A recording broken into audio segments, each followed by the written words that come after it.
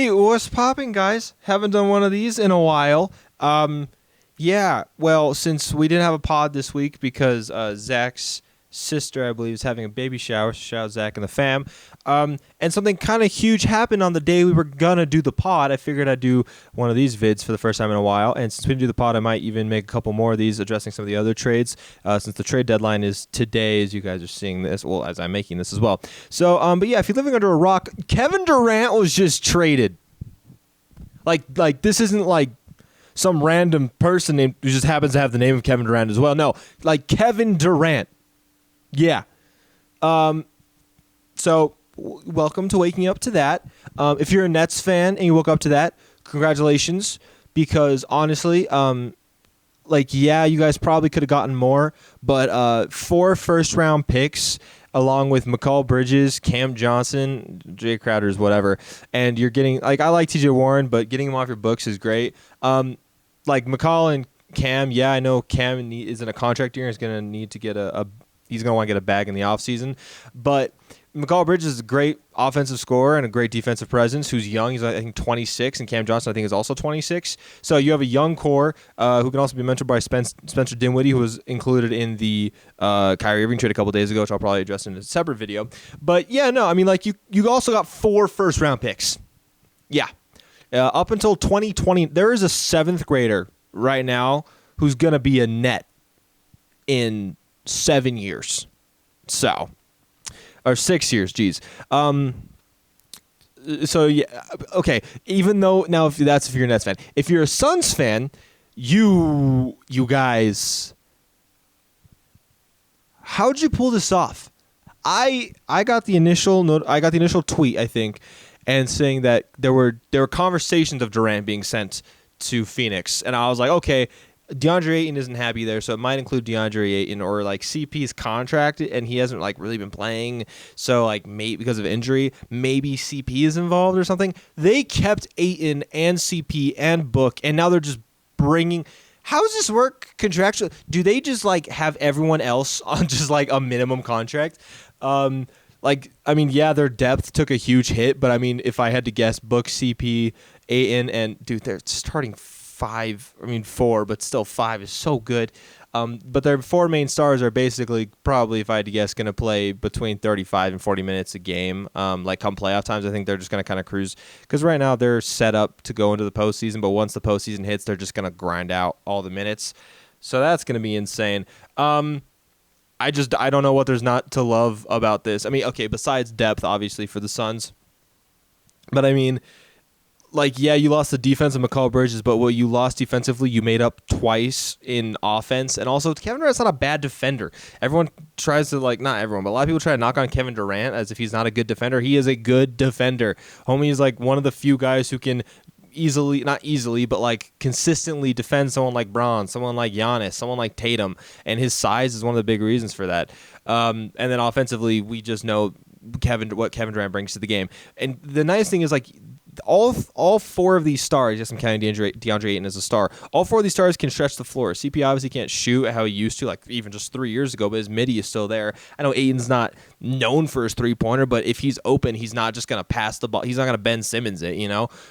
So they can space the court beautifully. And the nice thing, too, is they have 3 guys who can take the ball up the court at any time. And they have 3 guys who can work off the ball or with the ball. Like CP, he is easily like one of the best ball distributors in the last 20 years in the NBA, but he can also work off the ball. Devin Booker, yeah, he's got good handles and he's good on the ball, but he can create separation off the ball and just I think he's one of the best catch and shoot players in the league right now. And then again, I don't really need to explain Kevin Durant, do I? For the rest of this video, it's Kevin fucking Durant. So yeah, I mean, like, what are the odds? Like, I would love to see what the odds for the championship were yesterday and then what they are today, post-trade. These don't get cut, by the way. These are a one-taker. So, I mean, I have to imagine the Suns have to be the favorite now, right? Just from a betting standpoint.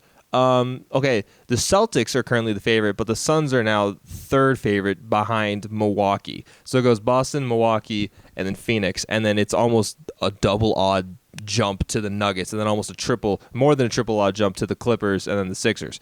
So that's can I see yesterday's? I really do want to see yesterday's Suns odds, and it doesn't look like I'm going to be able to pull that up. But yeah, no, they are okay. So actually, in most places now, they've moved up to second, above the Bucks. But no matter what, looks like they're going to be top 3.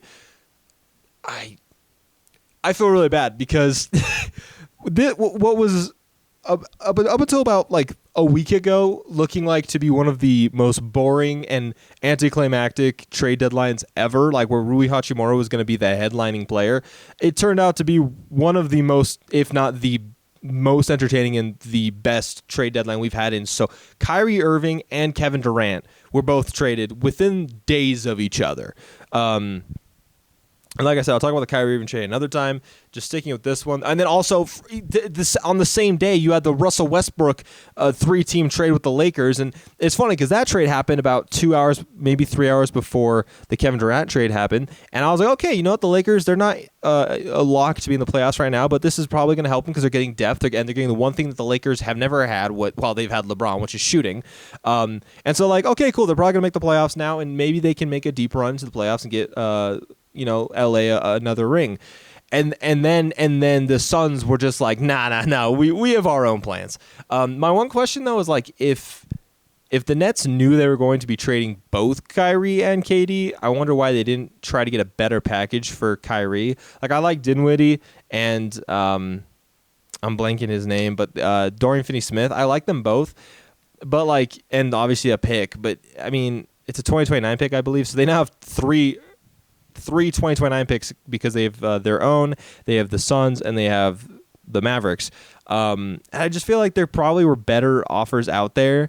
Like, I know that the Lakers were not going to get him because the Nets really didn't want to fulfill Kyrie's trade request to be sent to the Lakers, but like 2 firsts sounds really good.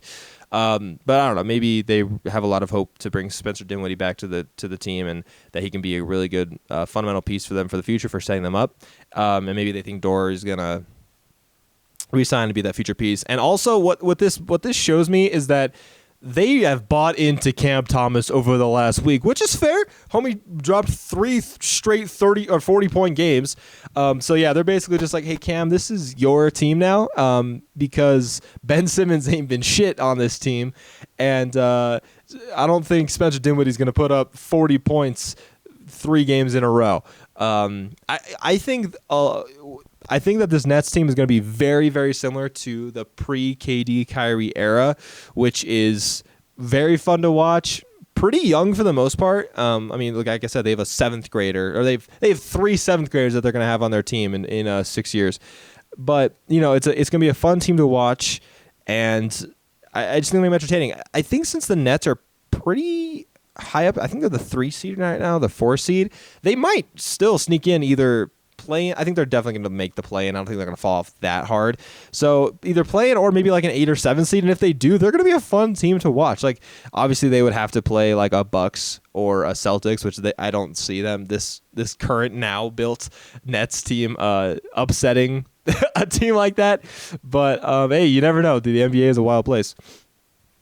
But I don't know. I as weird as this sounds, I kind of love this for both teams and also just for the league in general. Like, yeah, I have a favorite team in the NBA, but the NBA, unlike the NFL where I'm a diehard Steelers fan and I do love the NFL as a product as well, the NBA, even though I do have a favorite team, I love the NBA itself, and I think this is great for the NBA because it just makes things interesting. It makes things extremely interesting. Like, we could very well have a playoff matchup or even like a conference finals matchup of Kyrie versus KD, even though Kyrie came out and said he was happy for KD.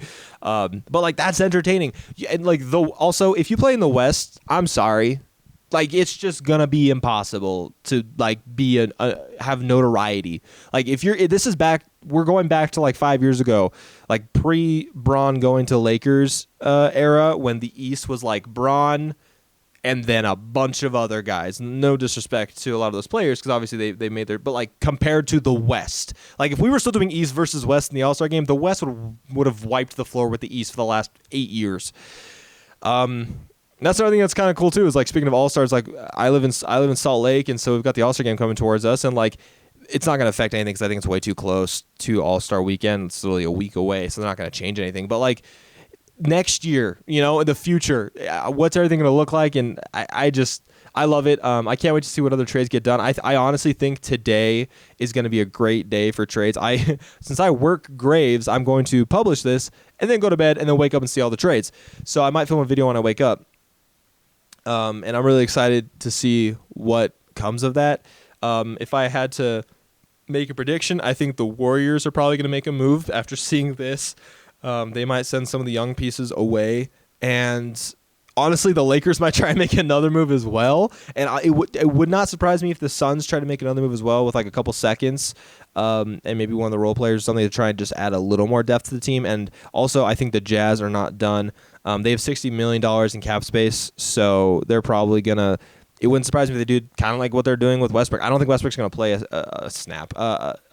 a minute for them on court, but what it wouldn't surprise me if the Jazz did is if they went and got a bunch of bad contracts so that they could rack up a bunch of picks. I think that's smart because this is a team that is clearly going to build around Lauri Markkanen, Colin Sexton, OG. I am so sorry. I slaughter his name every single time, and I feel really bad about it. So let's see if I can get this right. It is Ochi Agbaji, I think. Agbaji and Walker Kessler. So they have a really good fun young core too. I think the nice thing too is it's like all wings and bigs. I mean, obviously not besides Colin Sexton, but like with Laurie Walker and I'm just gonna call you Ochai. I'm so sorry. I'll get better at it. But yeah, no. So I'll keep a lookout for the next couple days. I'll make a video addressing the Lakers, Jazz, Timberwolves trade, and then also I'll make one addressing the Nets, Mavs trade, and then also if any others come up, I'll make some videos about that too. So you guys might get 2 videos today. Just since there wasn't a pod today, obviously we got the podcast. If you're still here, check it out. Subscribe. We do podcasts they go up every single Friday. We record them on Wednesdays though. So even though this is coming out on a Thursday and I'm talking about the podcast, which usually comes out the day after this, we didn't film one this week. So these are going to kind of be the pods for the week into the weekend. So yeah, it's been a while. I haven't done one of these and I still don't know how to end them. So we're just going to do what we usually do, which is